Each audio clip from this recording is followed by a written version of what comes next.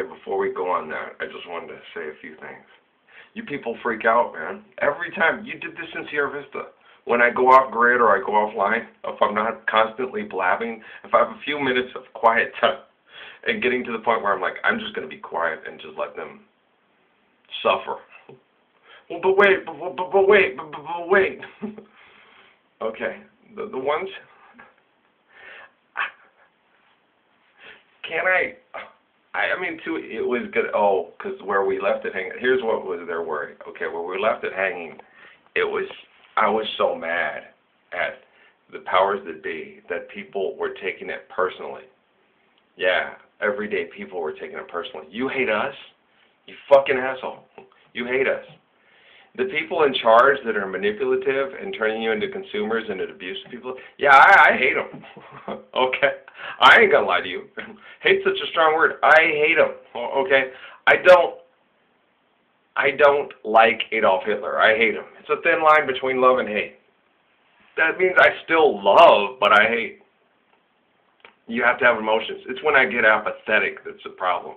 And then I have to restructure myself, recollect myself, put my thoughts back together, get myself feeling healthy again, and try to put myself back together physically, emotionally, mentally, and spiritually.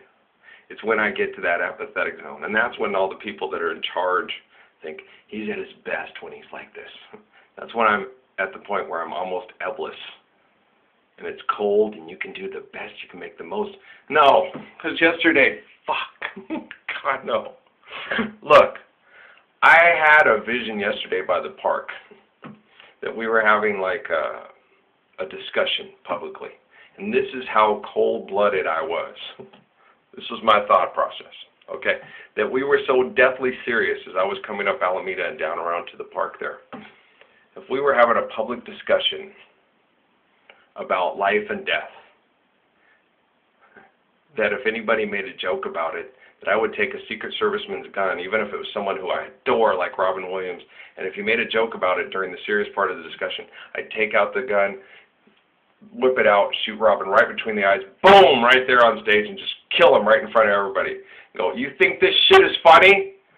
That represents 800,000 people in Rwanda because you think this shit is just trivial and funny.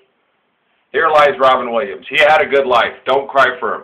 And he had a better life than those children and that young girl at the time. That other one, she was 12. This thing is dead. The dog eating the bodies. Do you understand how non-trivial this is? Go feed the dogs with him. That's how serious I am about these things. That's what happens. That's what happened with David. I told you about that. The guy was one of Goliath's relatives and was trying to talk shit and trying to do this, trying to establish himself as the bigger young up-and-comer. And he knew he was trying to do the same thing they were trying to do with Uriah, the same time they were trying to manipulate Absalom into doing, but Absalom wasn't going for it. And they were trying to make it look like, yeah, your dad just wants this. Your dad just wants a position to screw the younger girls. He's become just like Saul and all that, blah, blah, blah, blah, blah, blah. And the other guy, well, I'm going to replace David. And it's just a better way to be a stud. Yeah, what was happening with the people in Goliath's family was, well, so if I don't rape the women and protect the women and make them feel protected, they like having sex with me. Well, then, since I'm more like Goliath, and David's little things won't work with me, then I'm a better position to be a better king than David. So he's sitting there at the table, well, then I'm going to supplant you. And he's trying to belittle David so that he's better, and all this stuff and everything like that. I can do this, do that. David just slides across the table, grabs a hold of the men's. They're at a table meeting, they have the large tables and stuff. He just jumps up, slides across the table. He knows what to do. He could operate, grabs across, wraps his arm around the things, and swings his body. He's an older man. He's probably about my age, but he just uses inertia. Swings his body, pushes his legs up as the man gets up, swings his body completely around this man, and using the man's, as he plants himself, own body weight and force against him, takes his head completely around and just snaps his neck. David falls back down over it, gets back up. Does anybody else want to discuss our current treatment of people and policies? Okay? This young man thinks that he wants to take concubines. He will create warring conditions by going and comparing himself to others, belittling them, putting them down, making people fight. Then he goes in, takes the field of battle, and takes more hot concubines and has more tribute brought to him. He just wants to fuck more hot women. This is not what David had in mind. I don't want to be Steven Tyler backstage with all the girls coming. I don't want to be Run DMC. Where are all the honeys at, and who am I going to fuck new tonight? All right? If I meet one girl that I make love to, and I make love to her every evening and wake up and we make love every morning, that is my hot honey every day, every night. That's why my wives couldn't handle me sexually. Well, because it's like, for them, sex is just sex. And where's my money? Where's my social position? Things haven't gotten better. You're supposed to, wait a minute, I make you feel 10 feet tall. I make you feel like the king of the world. Why aren't you going and acting like it and bringing back me new cars, promotions, jobs, this, that? I'm doing it, but you're not. That's because I don't lie to people. That's because I don't suck dick to get a job. That's because I won't stab him in the back to get a promotion. It's because I am the king of the world. Do you understand?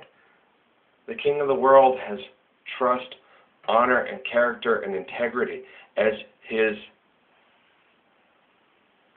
form of operations. If you go study the kings of the world in written history and text, Crazy Horse got treated like shit. He was only turned into a king after he died. Van Gogh was treated like shit. He was only turned into the greatest artist, one of the greatest artists that ever lived, after he died. Jesus was a lunatic that went around calling all the rich people on their shit, and was a poor man's son that went around as a social reformer and wasn't made into a living God until after he was crucified. Do you understand? The only one that was made into a living king, and he strictly forbade it over and over again because he saw what happened to the ones before him and was getting instructions from Jesus, if you read the Bible, was Muhammad. And then that was the modus operandi, and that's shifted away. They've tried to make their imams and clerics into some people that are more important than everybody else. And they resist it every step of the way. My sheikhs and clerics and imams do too. They try in every way they can to show that they're as humble as humanly possible. My sheikhs and imams. Those other ones that do it for put my portrait up and tell everybody, no. An Ayatollah who puts his portrait up everywhere, and then, and they put their statues up, and those aren't my sheikhs and imams. Those are Satan's. Do you see my portrait up all across Las Cruces? Do you see statues of Ralph Earl Parsons Jr.? We see statues of your Uncle Jesus. Did I commission them? Do I make money off of those buildings? Do I make money off the books? Do I get copyright benefits and infringements and stuff like that from the Holy Bible, the New Testament, the Old Testament, the Torah, the Quran, and all other books sells thusly? Am I the wealthiest man in material wealth on earth because of the great corporations through the Judeo-Christian faith? Cut your hair, shut up, sit down. It's not working for you. You're connecting to a lot of stupid, mean people, all right? I don't. I cut my hair because it's hard. It works as a conduit, and a lot of people try to get up in here. And then the more public figure I became, the more I cut my hair. Because the more people, I don't want to know for sure. I don't want you to know. Well, because you're too invasive. You invade people's privacy. You don't love Jesus. You love the Jesus you've created. And then trying to connect to his family now, it makes it harder. I do need to cut it again. Wow, this went in a totally different aspect than I thought we were going to talk about. Well, we're going to get there, but you're just always constantly distracted. Well, you try being me. This stuff is hard, lady. I don't have the firewalls that you've got. Then let's get to the point then. Okay, that's why. Women have different firewalls because it's a different communication. They have prayer networks and stuff like that, but a woman, because of the invasiveness of a man and his hunting pursuit, men are transmitters, women are receivers. Have you ever heard that song by the Beach Boys, I'm Picking Up Good Vibrations? Okay, the women can transmit and men can receive. But women are better at reception and men are better at transmission. And it's biological too. Do you understand? Men can't have a baby, women can. This is what we were just, it was so cool. Okay, so because me and Selena were talking about it, and I was like, are you the signal? And it wasn't meant to be, and then maybe in a future connotation, it's kind of like that King Kong, Silly Valley Kong, Pretty Zinka movie. It's like, you know, you get her now, but I get her for the rest of eternity and the rest of life, and she was an Aries, and we weren't meant to be together, that they were going to kill you anyway, but then maybe you're some teenager caught in the sex slave trade that they're murdering now, and you know, and while we're doing all this stuff, in 2 to 3 years, I die, you die, and then we meet on the schoolyard. Is that what's going on? You know, is it you? You know, and that's what I was seeing, and that's what I was feeling, is that these are alternate universes, so this is a very real possibility. And then we talked about, you know, and I love Chris too, but I was like, you know, if he knew the real, this is the whole truth and nothing but the truth, and I'm prove it by deed. If I knew the real story behind how she was murdered, I'd be dead already. I would have died shortly after my wife. I would have been, no, we're going public, I'm going public with this, boom, boom, boom. They'd have found a way to kill me too. What happened? I don't know how they would have pulled it off, but she died, and 2 weeks later her husband died because I would have been dead. I wouldn't have been, no. I told you that. If we met and I was a basketball player at UTEP or the Phoenix Suns or whatever, stuff like that, I would have rolled it even harder, more publicly and stuff like that. We both would have ended up dead. Her and the young, you know, the young Tejano singer and the young point guard for the Phoenix Suns. They were social reforming. What happened? They died in a car crash on the way to a public event where we were going to, you know, to a concert of hers and where I was going to speak. We would have died that way. They would have found a way. What had happened? Well, there was a drunk driver who plowed into the side of the bus and it blew up the thing, and oh my God, and yeah, something would have happened. I probably might have been riding on the bus talking to her and Chris about it. I would have had no intentions on breaking that marriage up, and I would have made sure that you know, I would have made sure that I went to visit. And I wouldn't have looked at it as if, you know, that's my wife kind of thing, stuff like that. If I felt a strong feeling for her, I would have felt at this time and this point in place in time that I wasn't the right person for her. But it's a spiritual thing. Do you understand? It's a spiritual thing. It's not a physical thing.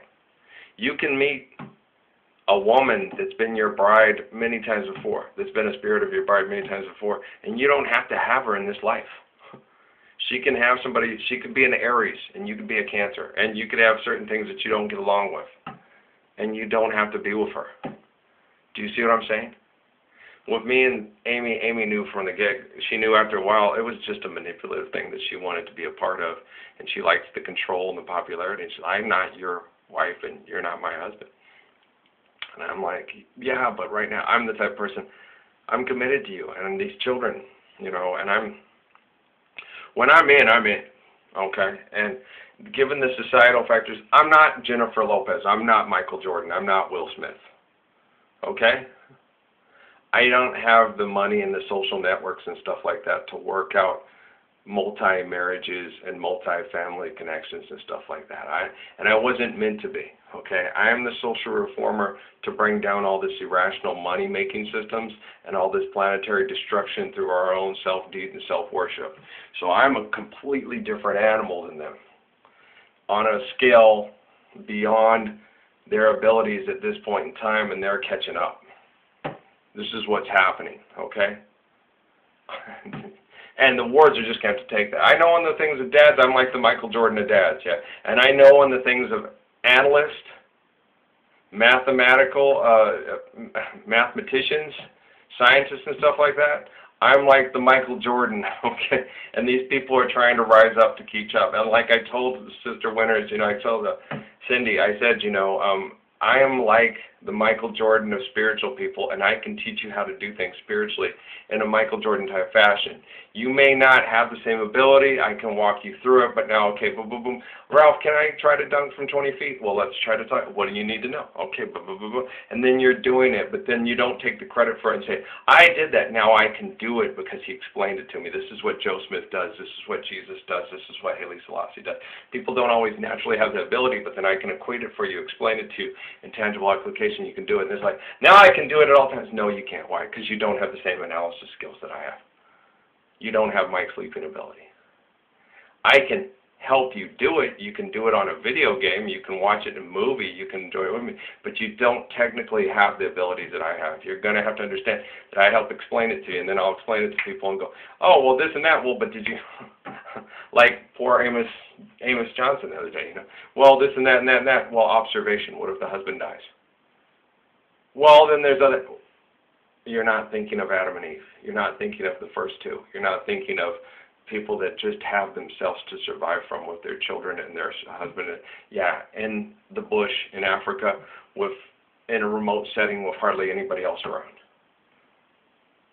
You're thinking too secular. You're thinking too much of a set secular condition that you want other people to follow. Let it go. Let God. And let the understanding be made to set and fit the conditions that are given to you because of the acts of nature that are acting upon them. Creative and evolution. Evolution and creation walk hand in hand because God is omnipotent, omnipresent. So you can't make the set forms of creation fit your evolution to what you want it to be like, so you feel good about your conditions and want to feel how you were supposed to feel. What happens if you get hit in a car crash and you're a quadriplegic? Well, I'm the provider here, honey, and I gotta... Shut up, husband. You painted up your lips and rolled and curled your tinted hair. Ruby, are you contemplating going out somewhere? Have you ever heard that song? Didn't you feel sorry for Ruby? I mean, she needs loving.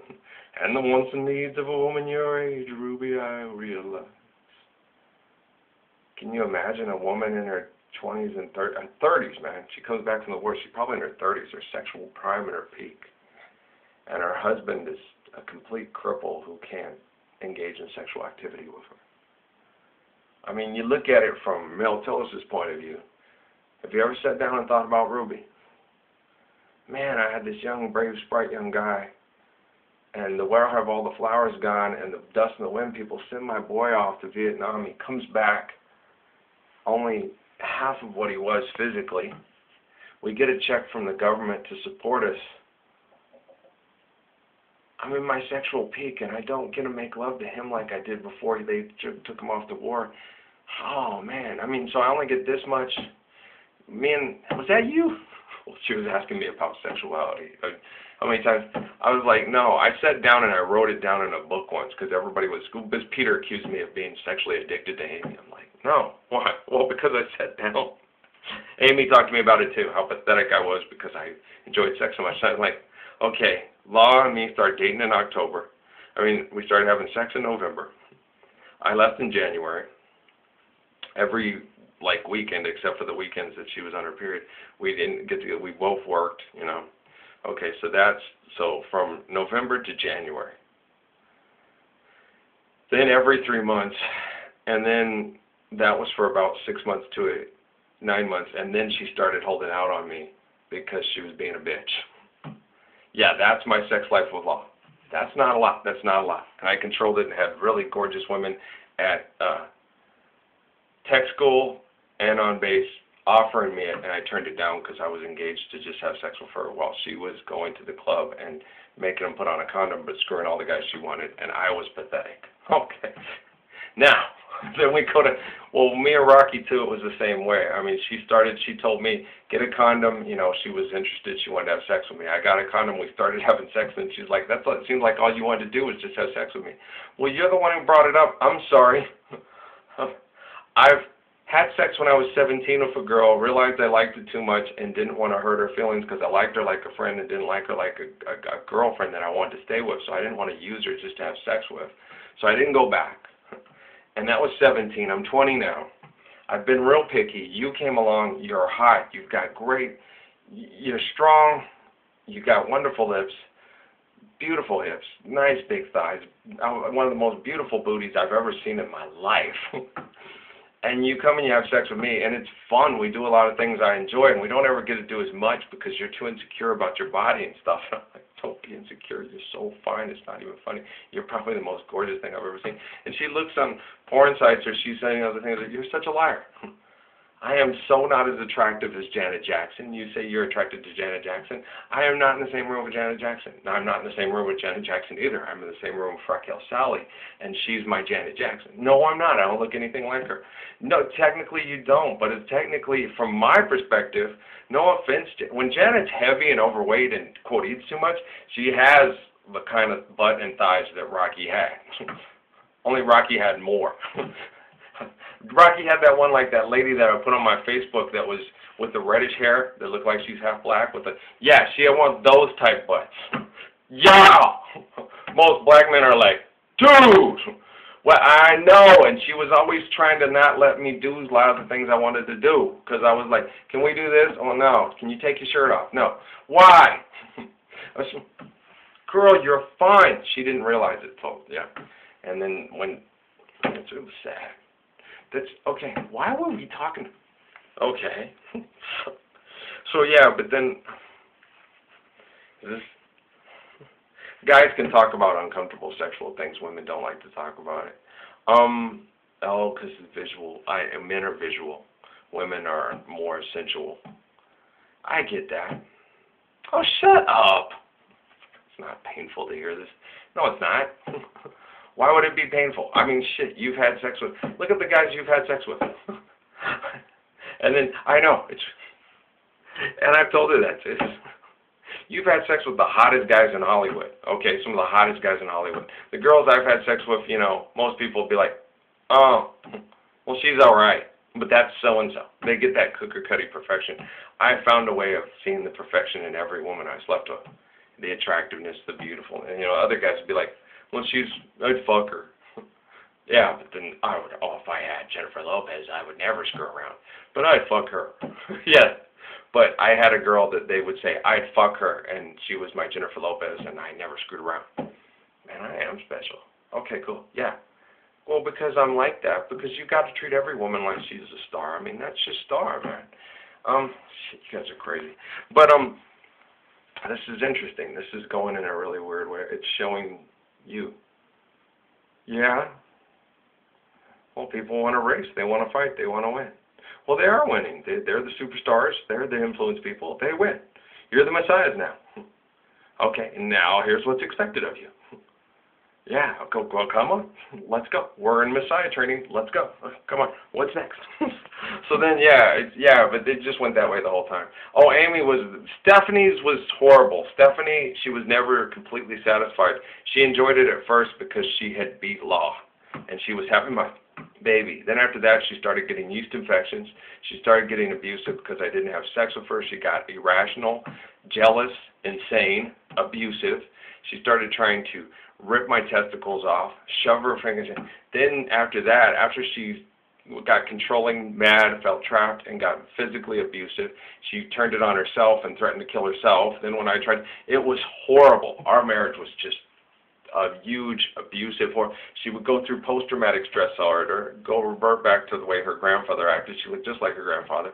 She would jump me, fight me, threaten me, tell me that if I ever hit her that she'd kill me. Then she'd abuse me and try to attack me. And then I would sit there and think, and then that one day I was sitting there and I said to myself, like, I'm going to have to knock this bitch out. I don't want to kill her, but I can't do that either because I won't be able to physically explain it. So I just had to yell at her.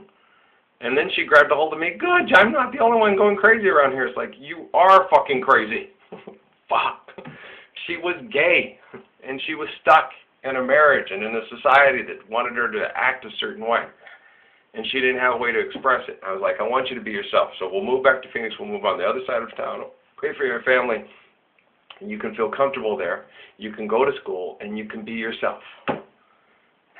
Did I ever? No. I never got a sorry, and I never got a thank you. To this day, I still haven't gotten a sorry for what she did or a thank you for putting her in a position to where she could go and become who she was supposed to be. No. That was 20 years ago. And she still hasn't apologized to me for being abusive to me, for getting into competition with her cousin and putting me into a marriage and putting me and Patrick through. No, she hasn't apologized to me. She hasn't apologized to Patrick. She's never apologized to us, and she's never thanked us for being there for her. So Patrick, she could live off of that things off Patrick, learn how to grow and mature and be a real parent because of Patrick, to learn how to, for me and her, Patrick and me subsided her and during her maturation period with her girlfriends. She used my child support that I worked for, which was Patrick's, and the benefits that were Patrick's to take care of Patrick, and then they took the money out of mine and Patrick's check. So me and Patrick had to try to live through poverty, had to fight through drug things, God helped us. We got the job as night manager, on-site manager, and the reason I got the job was because Patrick was such a good kid, and I was such a good dad, and I was a full-time student and a worker, and you see what I'm saying? Patrick helped me get that job because of the way he was such a good kid. It was me and Patrick. She's never apologized to us for the abuse, and we don't ask her to, but it would just be nice for her to acknowledge it, and she's never thanked us. No. We have her. I used to give her flowers every day on Patrick's birthday for thank you for my son. I apologized to her every time I lost my patience and things got hard. And then every time, same thing, she did the same thing a lot. I'm sorry that I did this. I'm sorry that I was human and this happened. I know. And you were. And blah, blah, blah, blah, blah, blah, blah. That's all they do. They sit there and they reiterate and say, yes, you were wrong. And you are an asshole. And what my ex-wife told me was, God was punishing you and rewarding me because I'm a better person, and I had to put up and tolerate you. That's what they told me. And I'm like, you fuckers are crazy. God. That's why my mom told me, don't go with that family. But I had to, because I looked at my Patrick. They told me, man, God did reward me with Patrick. I felt like I did him a disservice by having a child in this world. But without God's warriors and people that analyze and truly love and have the courage to get up and speak and try to change this world, if there's no people like Patrick, you know how bad this world's going to still suck? I had to make that child with that woman because he's too special, he's too strong, he's too important. He'll speak the truth. He was like me. Your kid is just too honest, I know. He says what's on his mind, I know. And he says what he feels, yeah. And he likes girls with tattoos and nice booties and big brown eyes and ones that will make love to him and not make him feel guilty about it. Yeah, and enjoy having sex with him and enjoy making love to him and being protected by him so he can protect her. Yeah, he's a lot like his pops. We're different because he's Patrick and I'm Ralph Earl. Okay? I like tattoos. I don't get tattoos because my dad is offended by them and does not like them, and it really upsets him. So I never pierced my ears or got tattoos, even though I wanted to. Because I didn't want to offend my father. I didn't want to stress him out.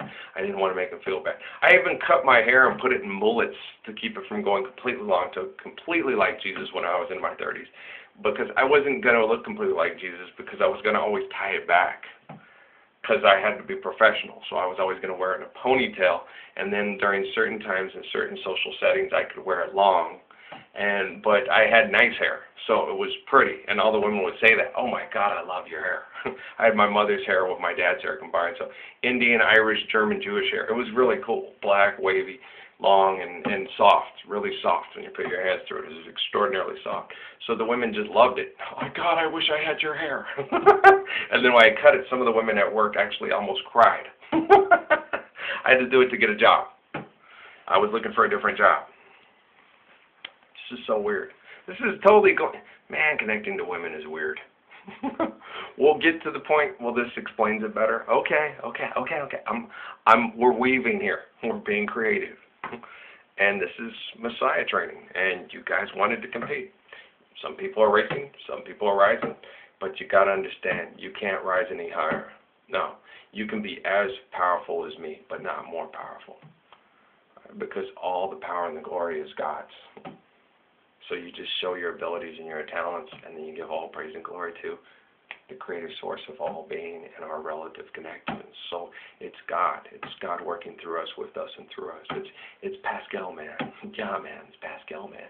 And the only reason we quote Pascal is because we want to look intelligent, like we've actually read something. Okay. Thanks, Mike. I love you, too. Blessings. Most of it we get from Looney Tunes and Underdog, And Bullwinkle's good too. You're more into Looney Tunes? Yeah, so was Brian. We used to quote Looney Tunes like Pete Puma. You like Pete Puma too? Yeah, I get a headache if I watch too much of it. Okay, dude, I love you too, guys. I'll be back. Blessings and peace.